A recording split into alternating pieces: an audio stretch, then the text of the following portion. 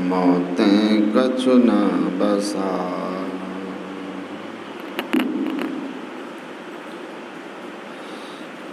मंचासीन वंदनीय साधु समाज, श्रद्धेय वाल्मीकि बाबा, सत्संग प्रेमी महानुभावों, माताओं एवं बहनों,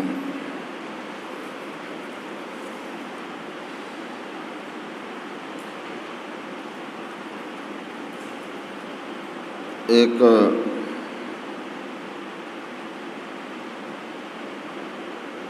यूरोप में महात्मा हुए बड़े प्रसिद्ध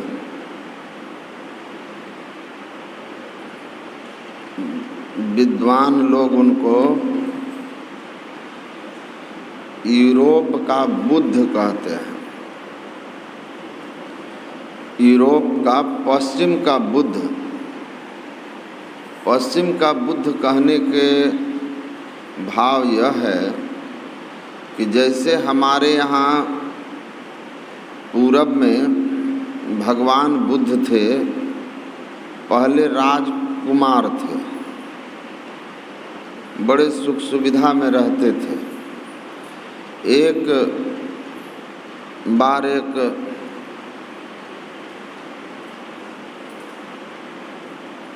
बीमार वृद्ध मृतक को देखा, तो मृतक को देखने के बाद उनके अंदर बहुत तीव्र वैराग हो गया कि जीवन नश्वर है, तो इस नश्वर जगत का सत्य क्या है। और वो गृह त्याग करके तपस्वी जीवन में चले गए। आत्मज्ञान हुआ तो संसार के हित के लिए उन्होंने प्रचार किया। टॉल्स्टॉय भी ऐसे ही एक समृद्ध छोटे राजा के यहाँ के संतान थे, पुत्र थे।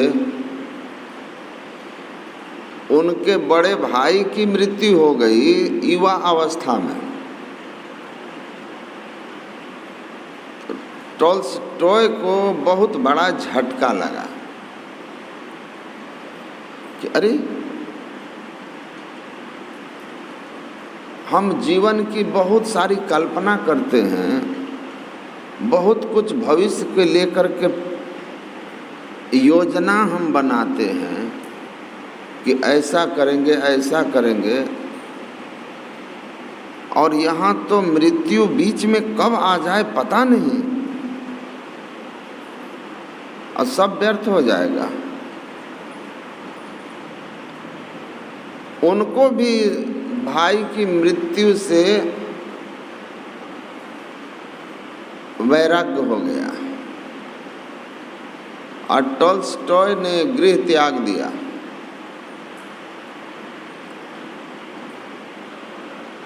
भगवान बुद्ध की तरह उन्होंने भी बड़ी साधना की और ज्ञान को उपलब्ध हुए।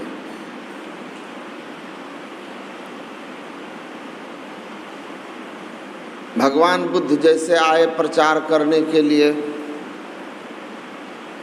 तो लोग उनसे बहुत बड़े बड़े लोग आते थे, मिलते थे, क्योंकि राजकुमार था, राजकुमार गृह त्यागी था, तो लोगों की सहज उसके अंदर श्रद्धा थी।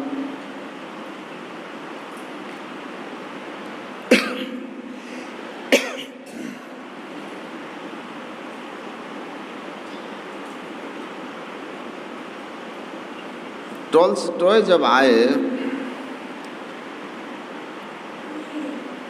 उनके कुछ संबंध के नज़दीकी लोग आए और कहा टॉल्स्टॉय से कि आपकी कीर्ति बढ़ रही है, जस बढ़ रहा है। आपने वन में जा कर के गृह त्याग करके बड़ा ही कीमती चीज पाया है।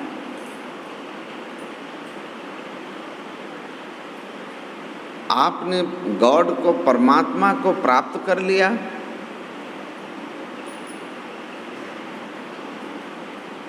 टॉल्स्टॉय जो उत्तर दिए वह हमारे संपूर्ण वेदांत का सार बोल गए। सारा ज्ञान वेद वेदांत का, संतमत का, संत का एक लाइन में कह दिया। और आपने अभी पाठ में वही सुना है, और अभी प्रवचन भी आप श्रद्धेय वाल्मीकि बाबा से सुन रहे थे उसी विषय पर। उसने कहा कि मैंने कुछ नहीं पाया। टॉल्स्टॉय ने कहा कि वन घर त्याग करके मैंने कुछ नहीं पाया। उनके मित्र लोग आश्चर्यचकित हो गए। मैं तो केवल खोया हूं, पाया कुछ नहीं।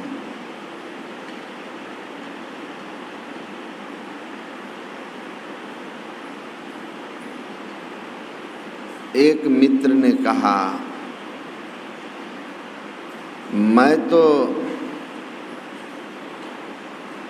समझ रहा था कि तुमने ईश्वर को पा लिया, आत्मज्ञान को पा लिया, मुक्ति पा लिया। उनकी प्रसिद्ध रचना है स्टोरी ऑफ माई साल्वेशन, मेरी मुक्ति की कहानियां।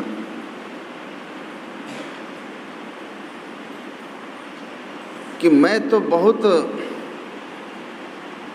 हम सब बहुत प्रसन्न थे कि तुमने ईश्वर को पाया है, ज्ञान को, मुक्ति को पाया है। लेकिन तुम्हें लगता है कि अपने राजपाट खोने का दुख अभी भी है। राजपाट खो दिया। उसने कहा हमने कुछ पाया नहीं, केवल खोया है। मित्र कहते हैं अरे तुमने परमात्मा को नहीं पाया, ज्ञान मुक्ति नहीं पाया, राजपाट खोया। ओहो, अफसोस हो रहा है कि राजपाट खो दिया, घर द्वार खो दिया, सगे संबंधी खो दिया, वन भाग कर बेकार हो गया। टॉल्स्टॉय कहते हैं कि मैंने ये कब कहा कि मैंने राजपाट खोया। मैंने ये कब कहा कि मैंने सगे संबंधियों को खोया, धन संपत्ति को खोया, राजा के पद को खोया। ये तो मैं नहीं कह रहा। तो कहा कि तुम ये सब भी नहीं खोया और ना ही ईश्वर को पाया, तो खोया क्या? देखिए, टॉल्स्टॉय ने कहा कि मैं I have lost dream, duality, delusion and ignorance. ये राज मेरा है, राजपाट मेरा है, सगे संबंधी मेरे हैं, ये सब का भ्रम खोया है, ये सब का भ्रम खोया है। कहते हमने 4 चीजें खो दी। ड्रीम मतलब होता है सपना खो दिया, स्वप्न खोया। द्वैत भाव था मेरे अंदर, द्वैत भाव खोया। भ्रम, भ्रम को खोया। रस्सी में सांप का भ्रम होता है ना, भ्रम को खोया और अज्ञानता को खोया हूँ। 4 चीजें खोया। वो कहते हैं केवल खोना है, पाना नहीं है। खोना है, पाना कुछ नहीं है। जिसको पाना कहते हो, जिसको पाना कहते हो वो तो था ही। खोया तो, पाया तो उसको जाता है जिसको खोया गया हो। जो खोया ही नहीं गया वो पाया कैसे जाएगा? तो जो जिस कारण से बिना खोए लगता है खो गया, वो कारण को समाप्त कर दीजिए, बात खत्म हो गई। वो 10th मेन स्टोरी वेदांत में प्रसिद्ध है। स्वामी विवेकानंद के प्रवचन में बार बार इस कहानी का वर्णन हुआ है कि 10 आदमी एक साथ निकले, एक नदी को पार किया। नदी गहरी थी, सब एक दूसरे का हाथ पकड़े हुए थे, टटोल टटोल कर जा रहे थे, नदी के दूसरे तरफ गए। दूसरी तरफ गए तो कहा कि अब गिनती कर लो कि 10 के 10 हम लोग पार हुए कि कहीं कोई छूट गया, कोई बह गया, डूब गया। तो गिनती शुरू हुई, कहा गिनो। तो एक ने गिना, 1 2 3 4 5 6 7 8 9। कहा ओ माय गॉड, हम में से एक गायब हो गया, घट गया। वो आदमी अपने को नहीं गिना, स्वयं की गिनती नहीं किया। 1 2 3 4 करके 9। दूसरा कहता है कि अरे घट गया एक, हाँ 9 ही हैं। उसने भी 1 2 3 4 5 कर लिया, लेकिन अपने को छोड़ दिया। एक एक करके 10 के 10 गिनती किए, लेकिन 9 ही हुआ, क्योंकि सब अपने को छोड़ देते थे। और बैठ के रोने लगे सब कि हमारा एक दोस्त खो गया, हमारा एक दोस्त खो गया, एक दोस्त डूब गया।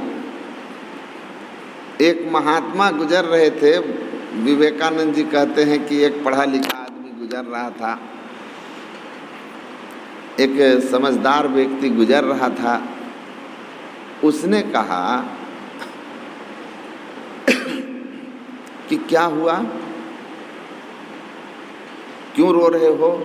कहा हम 10 मित्र थे, नदी पार कर रहे थे, पर इस पार हम 9 ही पहुंचे। उन्होंने देखा कि हैं तो पूरे 10। कहा कि 9 ही पहुंचे? कहा हाँ, हम सब ने एक एक करके गिनती कर ली, 9 के 9 ही आए, एक हमारा कोई मित्र डूब गया, हम इसीलिए उसके वियोग में रो रहे हैं। महात्मा जी ने कहा, उस समझदार व्यक्ति कहते हैं कि भाई जरा मेरे सामने गिनो। तो 1 2 3 4 5 6 7 8 9 करके रुका। महात्मा जी ने एक थाप उसके मुंह पर मार के कहा, 10वां तुम, 10वां तुम। तो कहता ओहो, मिल गया मिल गया, 10वां मिल गया, 10वां मिल गया। तो 10वां मिल गया, 10वां खोया था, डूबा था 10वां। 10वां डूबा नहीं था, गिनने वाले में अज्ञानता थी, वो अपने को नहीं गिन रहा था। तो अज्ञानता जब होती है, अभी आपने सुना कि कंधा पर तौलिया है। सूरदास जी महाराज ने भी कहा, राजकुमार कंठे मणिभूषण, भ्रम भयो कहीं गंवायो, दियो बताई और सतजंतब, तन के पाप नशाए। कहते हैं कि राजकुमार अपने गले में हार पहन लिया, लेकिन उसको भ्रम याद नहीं रहा कि हार गले में है, हार गले में है।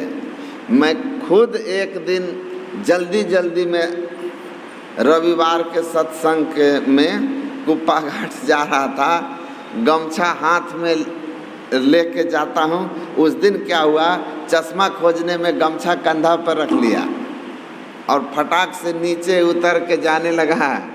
और जब थोड़ा आगे चले गए तो याद आया कि गमछा नहीं है, ले लेते हैं। कभी कभी धोती से पैर बाहर हो जाता है तो उसको ढक के बैठेंगे। तो हमारे साथ स्वामी निर्मलानंद थे। हम बोले बाबा हाँ चलिए हम दौड़ के गमछा लेके आते हैं।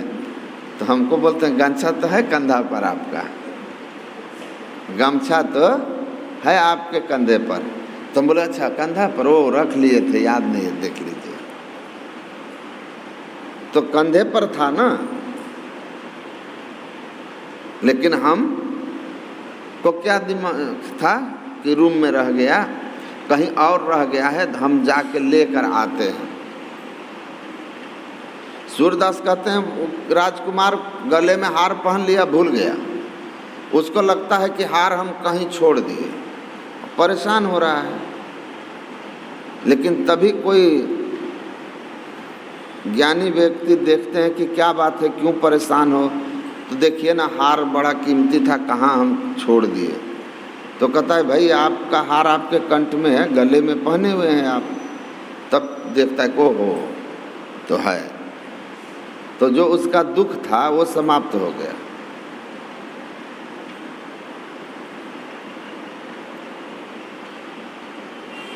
दूसरा ये जो अज्ञानता है जिसमें हम भूल जाते हैं, वो जो बोलते हैं कि ड्रीम मतलब समझते हैं सपना।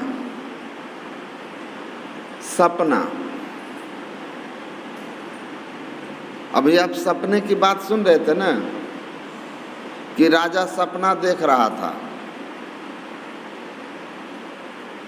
और पुत्र के साथ खेल रहे हैं, जागा तो दूसरा सपना शुरू हो गया।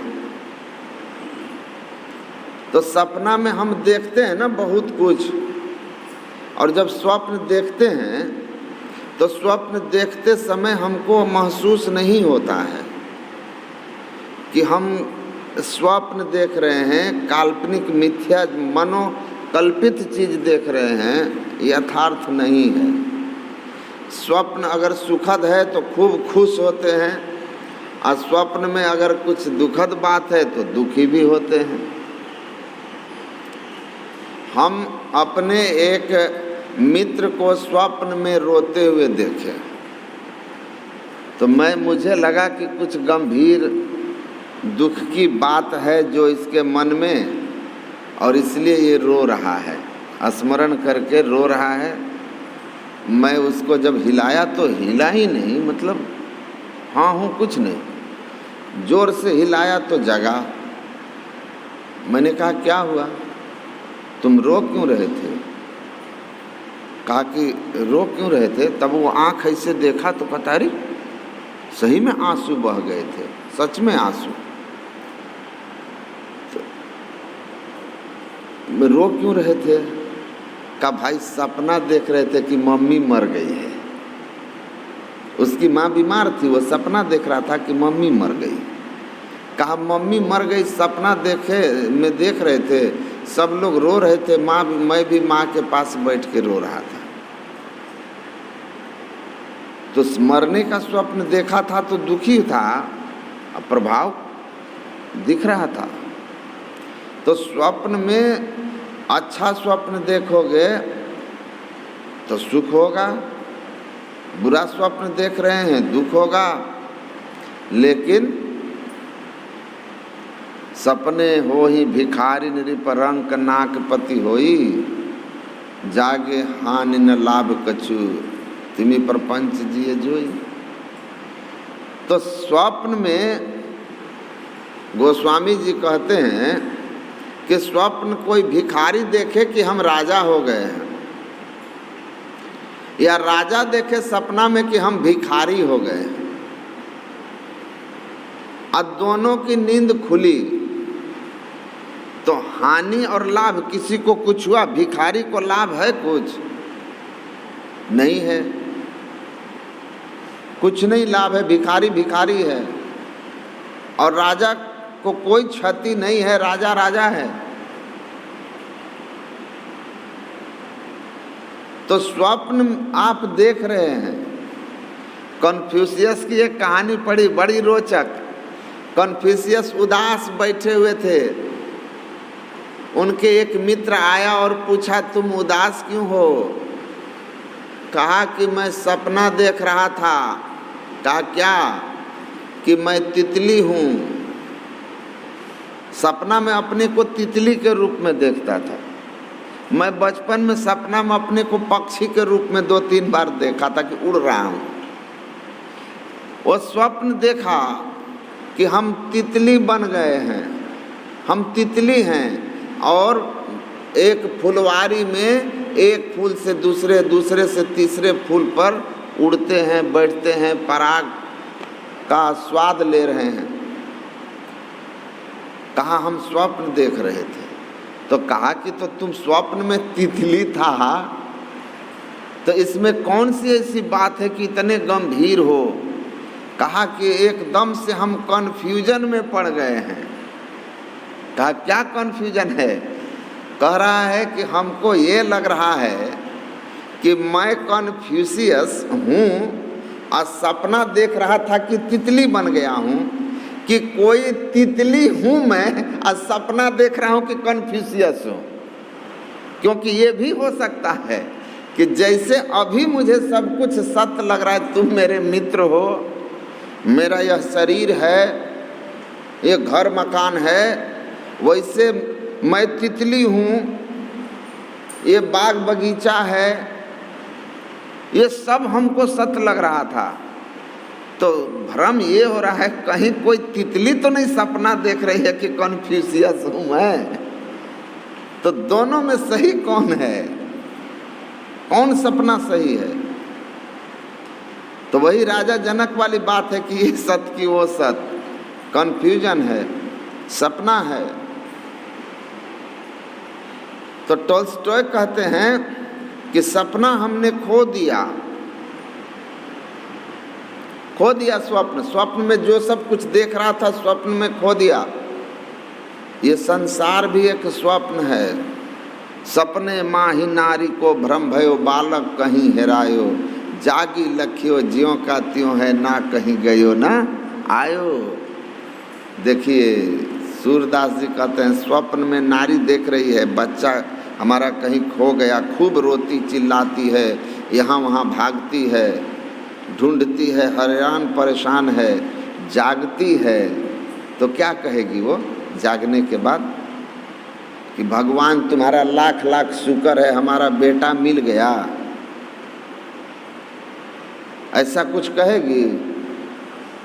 कुछ नहीं कहेगी। क्यों नहीं कहेगी?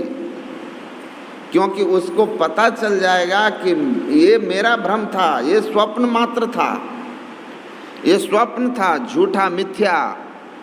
बालक मेरा खोया ही नहीं था, बालक का खो जाना मेरी भूल थी या मेरी अवस्था थी जिसमें बालक खोया हुआ था। जागी लखियो ज्यों का त्यों है।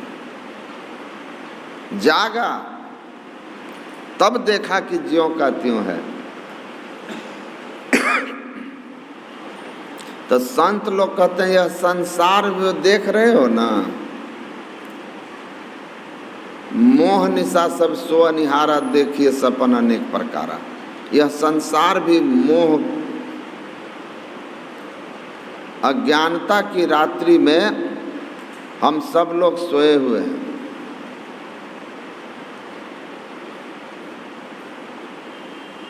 अज्ञानता की रात्रि में हम लोग सोए हुए हैं, मोह की नींद में सोए हुए हैं, और इसलिए स्वप्न की तरह हम ये सब कुछ देख रहे हैं। आपको जागना होगा, तब ये संसार के दुख आपके समाप्त हो जाएंगे और ये सब खत्म हो जाएगा। जो आप हैं चेतन अमल सहज सुख राशि, वह प्रकाशित हो जाएगा, खोया नहीं है। कबीर साहब ने तो कहा खोया कहे सो बाबरा, पाया कहे सो कूर, खोया पाया कुछ नहीं जो का त्यों भरपूर। कि जो कोई कहते हैं आत्म तत्व को, परमात्मा को हमने पाया, तो कहते हैं पाया कहने वाला और खोया कहने वाला, दोनों का दोनों कूर।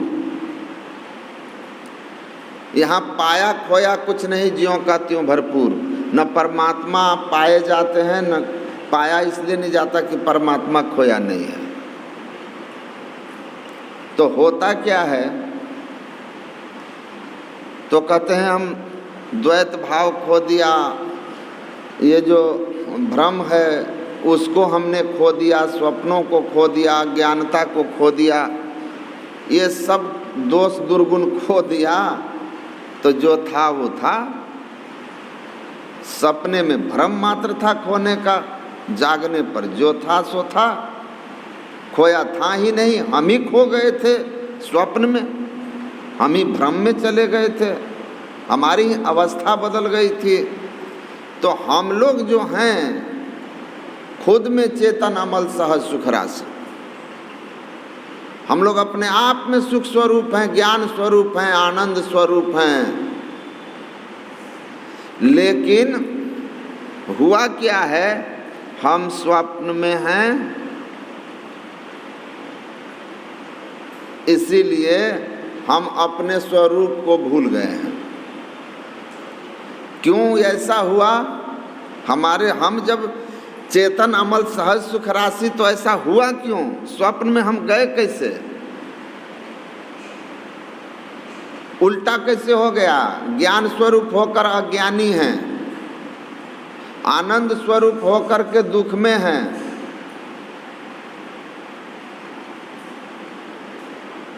और अमल मतलब काम क्रोध लोभ मोह मद मात्सर्य ईर्ष्या द्वेष जैसे सारे विकार से मुक्त हैं, लेकिन सब हम सबसे पीड़ित हो रहे हैं।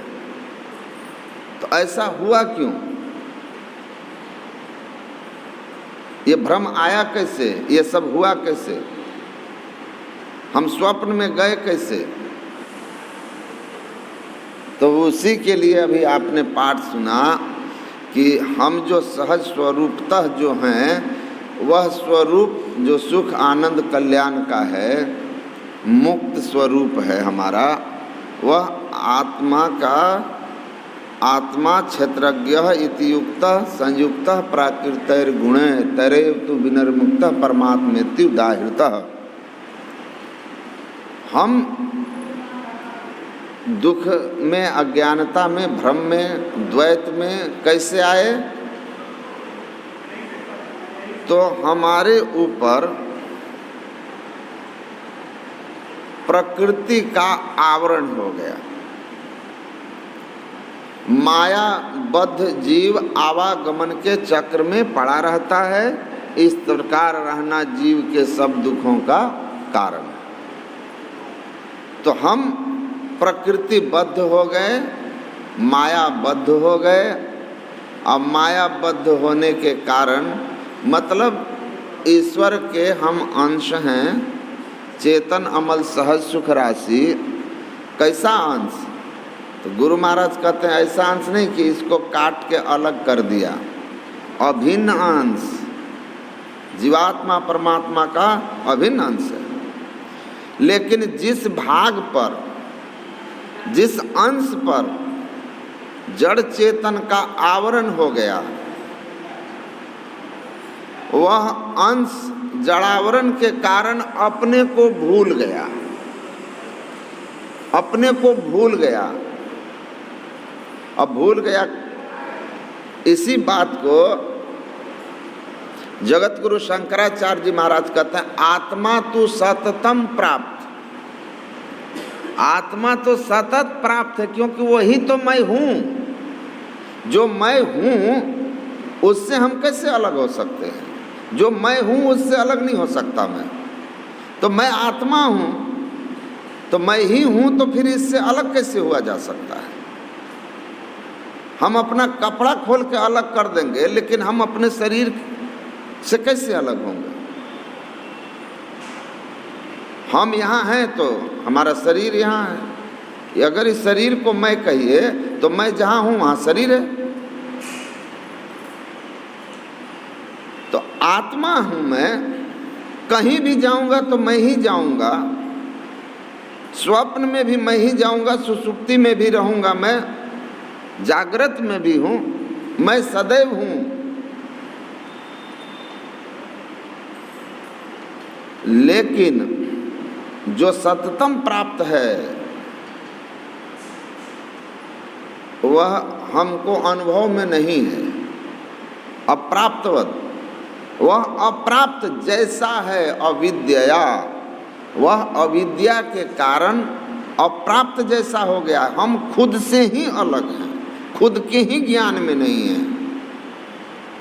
प्राप्तवद अविद्या तन्नाशम प्राप्तवद भाति स्व कंठे भरणम यथा, वही बात कहते हैं। जिस अविद्या के कारण जो आत्मा सतत प्राप्त है, जो आत्मा मेरा सहज स्वरूप है, उससे हम अपने को भिन्न होकर के मानते हैं, जानते हैं।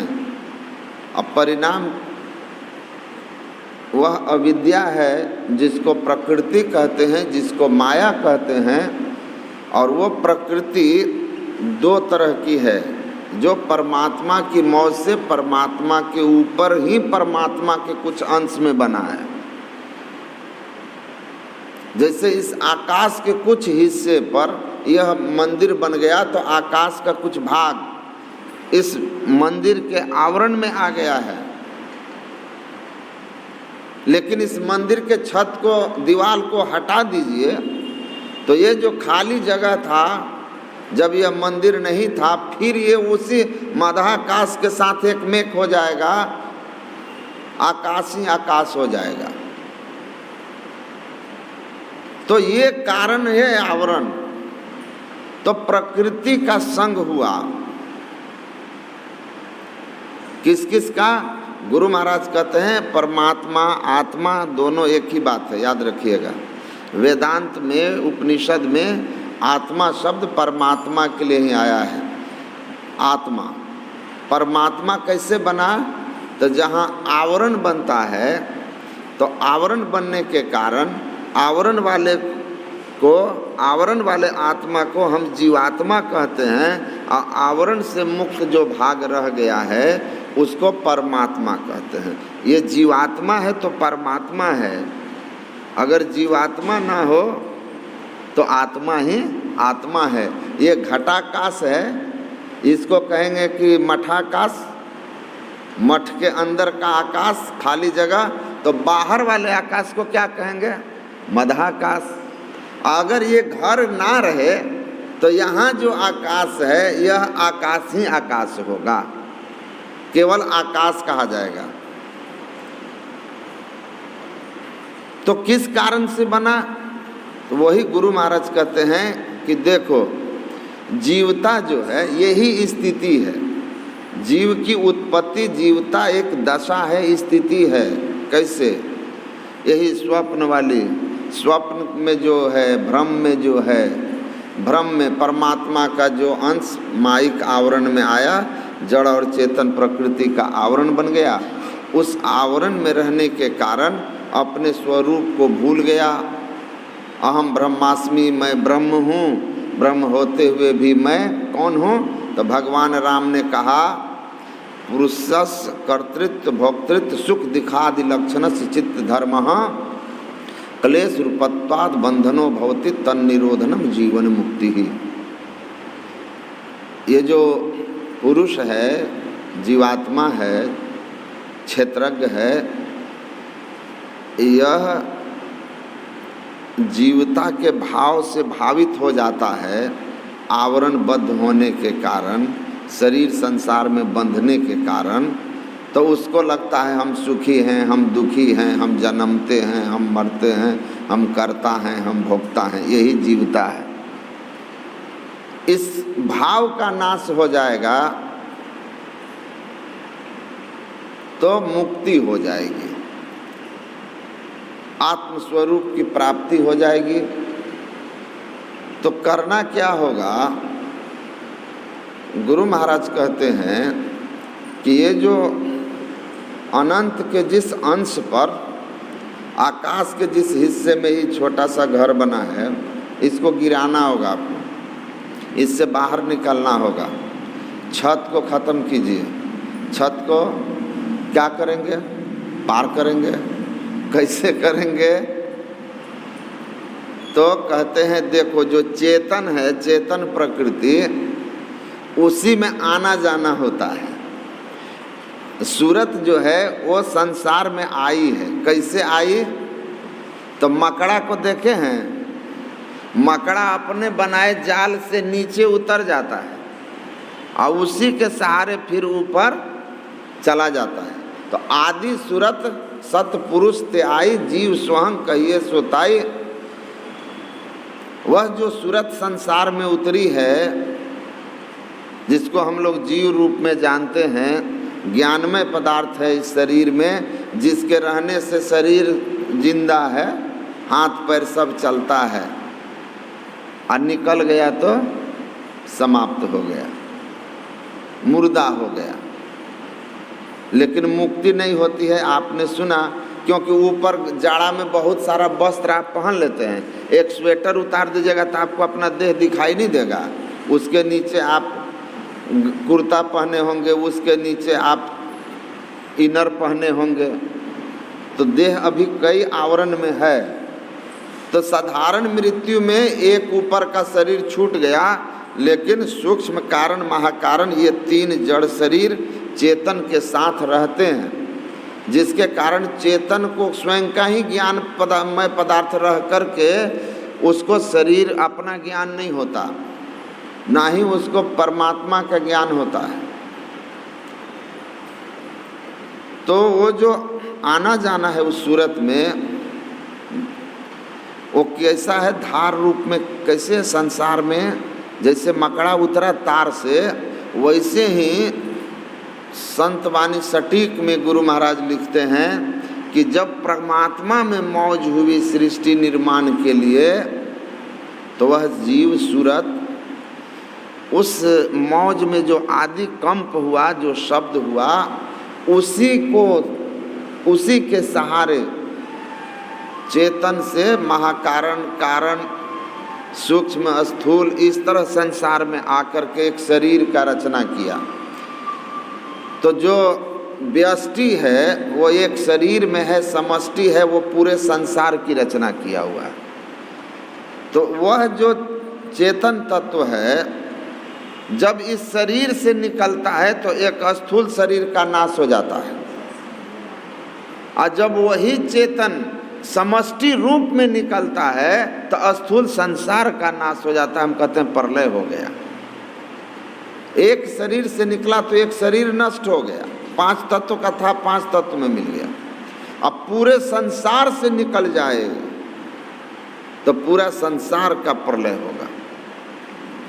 तो गुरु महाराज कहते हैं कि देखो वो चेतन जो है एक शरीर से निकला है, तो एक शरीर स्थूल शरीर नष्ट हो गया, सूक्ष्म शरीर से नहीं निकला, कारण से नहीं निकला, महाकारण से नहीं निकला, तो तीनों जड़ शरीर की स्थिति बनी हुई है।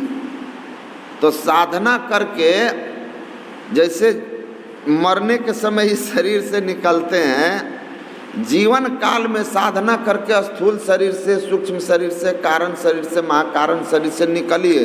कैसे निकलिएगा? जिस तार पर नीचे आए हैं ना, उसी से पकड़ जाइए, उसी को पकड़िए और उलट जाइए और चलिए उसी तार को पकड़ करके। वही तार चेतनमयी धार है, सार शब्द है, उसको पकड़ना होगा। उसी के लिए साधना है और इसके लिए कहीं और जाने की ज़रूरत नहीं है। ये ज्ञान ठीक ठीक हो जाए कि मुक्ति होगी अपने अंदर में, उसी तार को पकड़ के।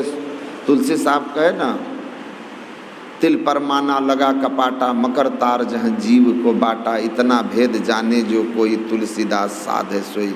आप परमात्मा की मौज में वहाँ से चले और जागृत अवस्था में दोनों आँखों के बीच में आकर के स्थिर हो गए हैं।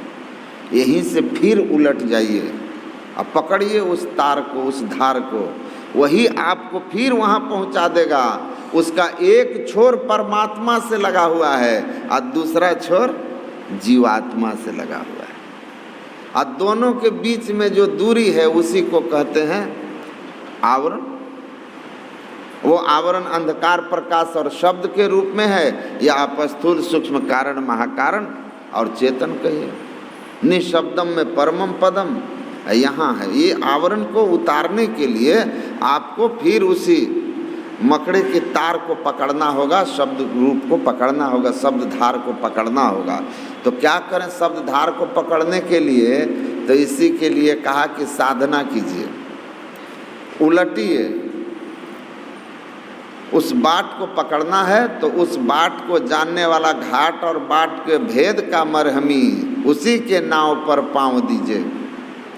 जो उस घाट को और उस बाट को जानता है, कौन सा घाट? सुषुम्ना का घाट। और कौन सा बाट? ज्योतिनाद का मार्ग बनाया, धरा जाए तिल से, लो धर जतन करो दिल से। वो रास्ता अंतर ज्योति और अंतरनाद से बना हुआ है। पकड़ में कहाँ से आता है? सुषुम्ना के घाट पर। आपको जाना है साहेबगंज, तो मनिहारी घाट जाइएगा तब जहाज मिलेगा, क्योंकि वहीं पर गंगा जी तो बहुत बड़ी है, लेकिन घाट कहाँ है जहाँ जहाज मिलता है? मनिहारी घाट है। उसी तरह शरीर में 9 द्वार है, लेकिन वहाँ से वह मकर तार मिलने वाला नहीं है जहाँ से जीव का रास्ता है। सुषुम्ना के घाट पर जाइए तो वहाँ से वो सवारी आपको मिलेगी। बिंदु नाद अगुवाई तुम ही ले जाएंगे, अरे हरे मेरी ज्योति मंडल सा नाद की सैर कराएंगे। सुषुम्ना घाट पर पहुँचना है, वहाँ से वही राह मिल जाएगा। इसीलिए सुषुम्ना के घाट पर जाने के लिए कहते हैं पहले मंत्र का जप कीजिए, तो उससे आपका मन का सिमटाव होगा, मन की स्थिरता होगी। रजोगुण तमोगुण जो हमारे ऊपर प्रभावी है, उसको खत्म करने के लिए मंत्र का जप करना चाहिए। इस बार हम कुंभ में गए थे, तो अपने स्वामी जी से के पास मैं गया, फ़ोन 2-3 बार किए, तो मैं मिलने चला गया। तो वहाँ एक छोटा सा घर बनाए हुए थे, छोटा सा घर लीप उप करके वह माइक घुमा कर लगा दिए थे। किस लिए? तो हर एक आदमी ध्यान के समय तो ध्यान होगा, लेकिन ध्यान जब खत्म हो जाएगा तो शिविर में गुरु मंत्र का जप चलेगा। मतलब एक आदमी बैठ के माइक में जप करेगा। तो मैं जब गया तो मैं बोला ये क्या बनवा रहे हैं? हमको दिखा रहे थे कि ऐसे है ऐसे है। ये क्या बनवा रहे हैं? तो ये मंत्र जप करने के लिए। हम बोले कि ये तो गलत बात है, ये सही तरीका नहीं हुआ। तो की दिक्कत? हम बोले दिक्कत ये है कि मंत्र तो अपने जपने के लिए होता है, तो वाचिक जप नहीं होय छै। हम बोले कि 3 तरह का जप है, वाचिक, उपांशु और मानस। वाचिक जप से 1000 गुना अधिक महत्व किसका है? उपांशु का, और उससे 1000 अधिक गुना मानस का। तो जप चलते रहेगा तो लोगों का ख्याल उसमें जाएगा। मैंने कहा कि पढ़े नहीं हैं कि भगवान का नाम 3 तरह से लिया जाता है, वाचिक रूप से, मानसिक रूप से और उपांशु रूप से। आप एकांत में हैं, जहाँ कोई नहीं सुन रहा है, तो आप बोल के जप सकते हैं, लेकिन शास्त्र में साफ साफ लिखा हुआ है कि अगर वह ईश्वर का नाम गुरु प्रदत्त मंत्र है तो वह वाचिक जप नहीं होगा, नहीं होगा, नहीं होगा। हाँ, गुरु अगर स्वयं मंत्र देने वाला है तो वो अगर आपको कहता है बोल बोल के जपो तो नो प्रॉब्लम, क्योंकि गुरु आज्ञा सबसे बढ़कर के है, उसी का आदेश उपदेश में रहिए। लेकिन गुरु अगर आपको नहीं कहते हैं जपने के लिए वाचिक पब्लिक में, तो साफ साफ लिखा है कि उपांशु और मानस 2 ही तरह से गुरु मंत्र का जप होता है। बाकी अपने भगवान का नाम बिना मंत्र का, बिना गुरु दीक्षा लिए अगर आप हरे राम हरे कृष्ण कर रहे हैं, राम राम कर रहे हैं, राधे राधे कर रहे हैं, राधे श्याम कर रहे हैं, अच्छी बात है। भगवान का नाम किसी भी तरह लो, तो बोल बोल के लो, लेकिन नहीं लेना चाहिए। धर्मशास्त्र में साफ साफ मना है, केवल गुरु आदेश पर ही ले सकते हैं आप, वरना उपांशु और मानस जप ही करना चाहिए। और मैं एक दिन राधा स्वामी मत के दूसरे आचार्य जयमल सिंह जी महाराज के प्रवचन में भी हमको मिला ये बात कि मंत्र लोगों, आपका मंत्र दूसरे तक नहीं पहुंचना चाहिए। गुरु का मंत्र गुप्त होता है। गुरु मुद्दीन अमोलक, कोई अनमोल चीज़ हमेशा छिपा के रखा जाता है, पब्लिक में प्रकट नहीं किया जाता है। हमने कहा है तो साफ लिखा हुआ है। अगर आपको गुरु महाराज आदेश दिए हैं कि माइक में बोलवाना और बोलना, तो फिर मैं सहमत हूँ कि माइक में बोलना। यहाँ तो बोल बोल कर सुनाने की मनाही है, तो माइक में गाने की कैसे परमिशन हो सकता है? हम बोले सोच लीजिए आप, लेकिन नहीं, बंद हो गया। 4-5 दिन के बाद मुलाकात हुई तो एक आदमी बोले हमको,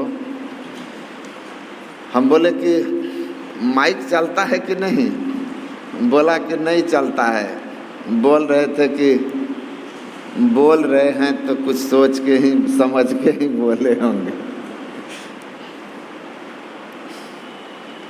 तो ये जो मंत्र है, यह हमारे अंदर के राशि और मानसी वृत्तियों को नाश करके हमारे अंदर सात्विक भाव बनाता है। इसलिए दादू दयाल जी कहते हैं, दादू नी को नाम है 3 लोक तत्सार, दिवस निशी रटते रहो, दिवस निशी रटते रहो, रे मन यही विचार। कहते हैं ज़्यादा विचार करने की, चिंतन करने की जरूरत नहीं है। अगर कुछ चिंतन करना है तो गुरु मंत्र का चिंतन करो, गुरु मंत्र का ही मन गुरु मंत्र जपते हुए संसार का काम करो। सबसे सार वस्तु है। रात निशी दिवस रटते रहो, रात दिन इसका जप कीजिए, चलते फिरते जप कीजिए। इससे राशि और तामसी मतलब 3 गुण है ना, प्रकृति के 3 गुण में हम लोग बंधे हुए हैं। और भगवान कृष्ण ने कहा, पुरुषो प्रकृतिस्थो ही भुंकते प्रकृति जान गुणान कारणम गुण संगस्य सद सदयोनि जन्मसु। ऊंच नीच योनि में जन्म का कारण क्या है? ये आवागमन का कारण क्या है? प्रकृति बद्ध होना। और प्रकृति किसको कहते हैं? प्रकृति 3 गुण का पसार है। उत्पन्न होना रजोगुण, इस संसार में टिके रहना सतोगुण, और फिर नष्ट हो जाना तमोगुण। इन 3 गुणों का पसार कहाँ तक है?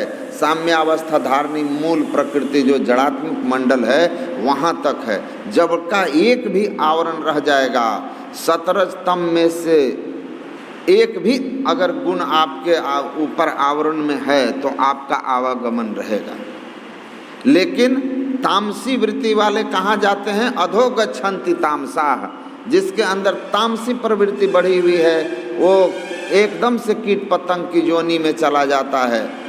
राशि प्रवृत्ति वाले मध्य में, और सात्विक प्रवृत्ति वाले जो हैं वह संसार में, जिसमें तमोगुण की प्रबलता रहेगी, मरने के बाद तो वो जाएगा ही नरक। साथ ही साथ उसके अंदर आलस, अकर्मण्यता, मूढ़ता, अधर्म में रुचि, धर्म में रुचि नहीं, अधर्म में ही रुचि। अधर्म को ही धर्म मानेगा, उसी में आनंद लेगा। राशि प्रवृत्ति वाले लोग संसार के भोगों में बड़ा उद्यमी होते हैं, धन कमाने में, मान प्रतिष्ठा पद में, इन सब में बहुत शक्ति लगाते हैं। लेकिन वो चंचल रहते हैं, भीतर से अशांत रहते हैं। ऐसे लोगों के लिए लिखा है मध्य। और जो सात्विक प्रवृत्ति के रहते हैं वो संसार में, सात्विक भाव वाला संसार में जो है मेहनती वो भी होता है, लेकिन हाय हाय उसके अंदर नहीं होता, बेचैनी और अशांति नहीं रहती। वह आत्मा और शरीर, संसार और परमात्मा, परमार्थ दोनों में बिल्कुल संतुलन रहता है उसका। उसका चित्त शांत रहता है, उसके अंदर सौम्यता रहती है, प्रसन्नता रहता है। उस आदमी को न बीपी रहता है, न डायबिटीज रहता है, न हार्ट अटैक का खतरा रहता है।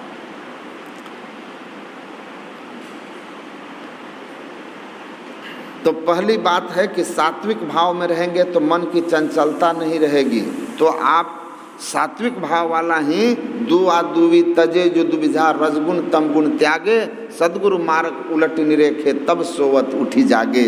ये जो मोह की नींद में हम लोग सो रहे हैं और स्वरूप को भूले हुए हैं, कहते हैं आप पहले रजोगुण और तमोगुण को छोड़िए। इसके लिए कहा अंधकार में आपको मानस जप, चलते फिरते दिवस निशी रटते रहो रे मन याही विचार। इस तरह से हरदम जपो कभी ना हटो के भाव में रहकर मंत्र जप कीजिए और तब मानस ध्यान कीजिए।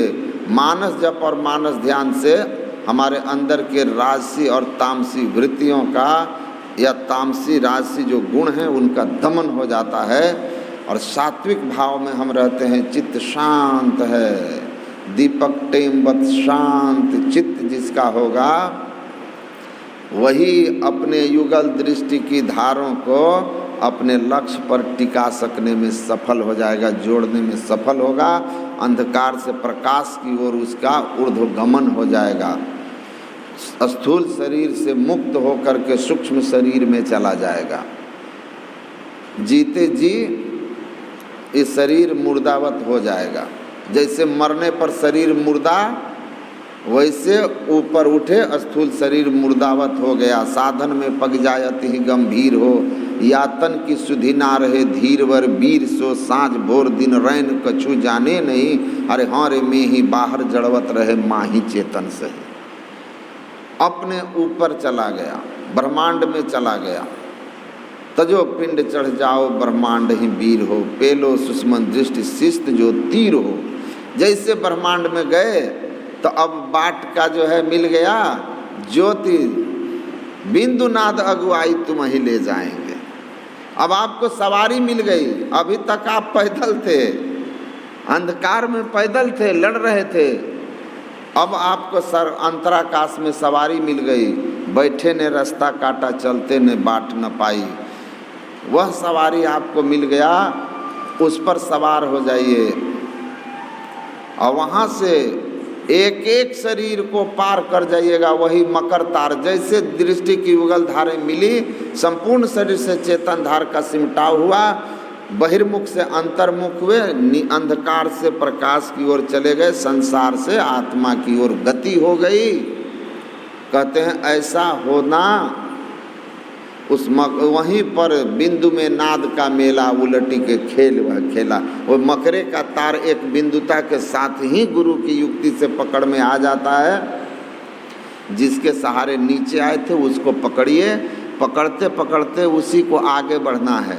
वो आप क्या बढ़िएगा, गुरु महाराज कहते हैं चुंबक की तरह वही आपको खींचते ले जाएगा और एक एक शरीर को पार करा देगा। सारे जड़ावरण पार हो जाएगा, तीनों गुण पार कर जाइएगा, प्रकृति को पार कीजिएगा। पहले जड़ प्रकृति को पार करके चेतन प्रकृति में, ज्ञानमय प्रकृति में जाइएगा। वहाँ जाने के बाद आपको अपना ज्ञान हो जाएगा। अब परमात्मा की सर्व अनंत सत्ता का भी ज्ञान हो जाएगा। और उस चेतन प्रकृति जो ज्ञानमय प्रकृति है नहीं बदलती है, स्थिर प्रकृति है, केवल और केवल परमात्मा की मौज से ही वो भी लय को प्राप्त होती। उसके पहले उसमें कोई परिवर्तन नहीं, उपजना रहना और मिटना उसका नहीं होता।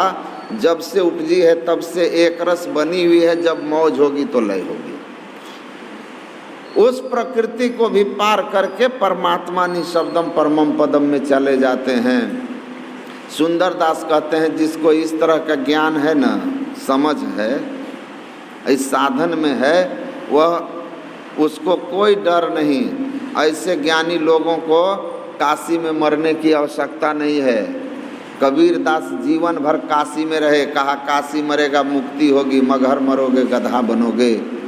लेकिन काशी में जीवन भर रहकर कबीर साहब गए मगहर और शरीर छोड़ के मगहर में कहा, कहे कबीर सुना हो संतो भरम परो जनि कोई, जस काशी तस मगहा उसर हृदय राम जो होई। स्थान से कोई फर्क नहीं पड़ता।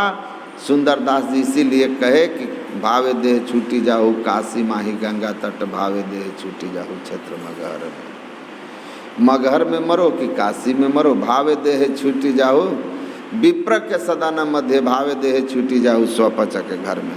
चाहे डोम के यहाँ मर जाइए, चाहे ब्राह्मण के यहाँ मर जाइए, भावे देह छूटे देश आर्य अनार्य में, भावे देह छूटी जाहु वन में नगर में। सभ्य लोग असभ्य लोग वन में या शहर में कहीं शरीर छूट जाए, सुंदर ज्ञानी के कछु संशय रहत नहीं। ज्ञानी पुरुष को कोई संशय नहीं रहता, और वो ऐसे होते हैं शरीर से ऊपर उठे हुए अपने स्वरूप में स्थित, संसार से पूर्ण उपराम आत्मलीन। ऐसे लोगों के लिए शरीर रहे ना रहे उसको कोई फर्क नहीं पड़ता, चाहे देह अभी छूट जाए चाहे चिरकाल तक रहे, दक्षिणायन में छूटे उत्तरायण में छूटे, सांप सिंह बिजली के द्वारा छूटे या स्वाभाविक छूटे, सुंदर ज्ञानी के कछु संशय रहता नहीं, कोई संशय नहीं। यही भांति नीरज संशय, यही सुंदर कहत एक आत्मा अखंड जानी। उस ईश्वर को अखंड, व्योम को व्योम अखंड, अनंत अखंडित, आदि न अंत सुमध्य कहाँ है। उस अखंड आत्मा को, अनंत आत्मा को जानने वाला सुंदरदास जी कहते हैं कि निसंशय हो जाते हैं। तो कैसे उसको जानिएगा? तो यही जड़ चेतन के आवरण से अपनी सूरत को छुड़ा करके ले जाकर परमात्मा निशब्दमम में लीन कर दीजिए, केंद्र में केंद्रित कर दीजिए। ये सब के सब प्रकृति जो बना हुआ था वो सब के सब समाप्त हो गए। आप ऐसा कहिए कि जड़ चेतन दोनों प्रकृतियों को, जड़ चेतन दोनों प्रकृतियों को आप स्वयं साधन करके प्रलय कर दिए। आपने उसको प्रलय कर दिया, अब बच गया केवल और केवल अनंत आत्मा। तो जितना अंश से एक शरीर बना था, आपका शरीर जितने उस मौज से उतरी धार से बना था, आपने अपने आप साधन करके शरीर को प्रलय कर दिया। अब आपके लिए केवल अनंत आत्मा ही रह गए। आप आत्मा में लीन हुए, आप स्वयं नदी सागर में मिलके सागर हो गया। यही काम करना है। गुरु महाराज कहते हैं ऐसा करने वाला जब तक मोक्ष नहीं पाता, बार बार मनुष्य शरीर में आता है, उसको किसी दुनिया के कर्मकांड से मतलब नहीं। मेरे पास एक पुस्तक है, हिमालय के संतों के संग, स्वामी राम, पहले शंकराचार्य थे, कम उम्र में शंकराचार्य हो गए, बड़े बैरागी महात्मा थे। लेकिन शंकराचार्य के पद पर बैठने के बाद अब उनको प्रशासनिक काम, संस्था का काम, बहुत कुछ लोगों से मिलना जुलना, प्रधानमंत्री, मुख्यमंत्री, उनकी भजन साधना में विघ्न होने लगा। तो उन्होंने शंकराचार्य का पद त्याग करके फिर हिमालय भाग गए। बड़े बिरले ऐसे लोग होते हैं, नहीं तो कंचन तजना सहज है, सहज तिरिया का नेह, मान बड़ाई ईर का दुर्लभ तजना। ये इतना सम्मान था उनको, सब छोड़ के चले गए। वो एक महात्मा से मिले नैनीताल में, जब ये उनसे मिलने गए, अभी शंकराचार्य का पद छोड़ के भाग गए थे, तो सुने उस महात्मा की कीर्ति, तो मिलने गए तो देखिए वो महात्मा जी बोले कि तुम आया तो लेकिन लेट करके आया। मैं परसों सुबह इस शरीर का त्याग कर दूंगा, शरीर मेरा पूरा हो रहा है, जो कुछ भी समझना है समझ लो। समय निकाल करके इसको दिए और ठीक बताए हुए समय से, हेलो, बताए हुए निर्धारित समय पर सुबह के 8 बजे उन्होंने थोड़ा सा मुंह में तुलसी जल ले करके अपने शरीर का त्याग कर दिया, शरीर त्याग दिया। उसके बाद उन्होंने कभी बताया नहीं था कि मैं कौन हूँ, मेरा नाम क्या है। सब लोग उनको केवल बाबा बाबा कहते थे। हिंदू और मुसलमान दोनों उनके शिष्य थे साईं राम के तरह। उनके मरने के बाद उस क्षेत्र में मुसलमान और हिंदू आपस में विवाद करने लगे कि ये मुसलमान थे तो हिंदू थे, बड़ी झगड़ा होने लगा। प्रसिद्ध महात्मा थे, विवाद बढ़ रहा था, एसपी डीएम सब आए थे, लेकिन नेता लोग भी पहुंचे थे, लेकिन सब डिसीजन ही नहीं कर पा रहा था कि क्या करें क्या कहें। तो जब कहा लोग कि समझौता कर लीजिए आप लोग, ये तो महात्मा थे, इसको क्या हिंदू मुसलमान कर रहे हैं। तो मुसलमान कहे कि तो ठीक है, हिंदू मुसलमान नहीं कर रहे हैं तो हमको दफनाने दीजिए, मकबरा बना देंगे। वो कबीर साहब वाली बात थी। हम मुसलमान हिंदू कहे कि दफनाने दीजिए, हम जलाने दीजिए, हम इनका बना देंगे समाधि मंदिर। 4 बजे वो महात्मा शरीर में वापस आ गए, और बोले कि देखो हम थोड़ा देर देख रहे थे तुम लोगों का ड्रामा। जीवन भर हम जो उपदेश दिए थे कि आत्मा का कोई जाति धर्म नहीं है, इसकी प्राप्ति के लिए कहीं बाहर जाने की ज़रूरत नहीं है, जो शिक्षा दीक्षा दिया हूँ उसको अपने घर में रह कर के करो, इसी से मुक्ति हो जाएगी। लेकिन सब ज्ञान तुम लोग हमारे शरीर त्यागते ही ख़त्म करके मेरे जलाने को और दफनाने को लेके आपस में भिड़ गए और आपस में समझौता नहीं कर सके।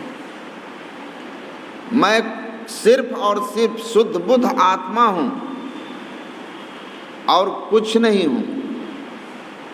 तुम लोगों का हम झंझट ही खत्म कर देते हैं। और उन लोगों के साथ साथ गए लोग भी सब जा रहे हैं, एसपी डीएम सब जा रहे हैं, और एक बड़ी पहाड़ी नदी वहाँ से सीधा छलांग मार दिए, नदी में छलांग मार दिए। खोज के हार गया लोग, उनका डेड बॉडी कहीं नहीं मिला, कहीं नहीं मिला। स्वामी राम लिखे हैं, उनका वहाँ नाम भी बहुत है, उनका बहुत बड़ा आश्रम भी उस महात्मा का, बाबा का। लिखे कि सामने प्रत्यक्ष हमने अहम ब्रह्मास्मि शुद्ध बुद्ध आत्मा का प्रयोग मैंने व्यवहारिक रूप उनके सामने देख लिया, और मैं तब से दृढ़ हो गया कि हम शुद्ध बुद्ध आत्मा हैं, शरीर भ्रम है, संसार भ्रम है, आत्मा सत्य है। इसी को ज्ञान को दृढ़ करके और मनुष्य को अपने गुरु के ज्ञान में निष्ठा रख करके साधनरत रहना चाहिए, तो एक दिन अपने स्वरूप का बोध हो जाता है, ज्ञान हो जाता है, उसका कल्याण हो जाता है। श्री सद्गुरु महाराज।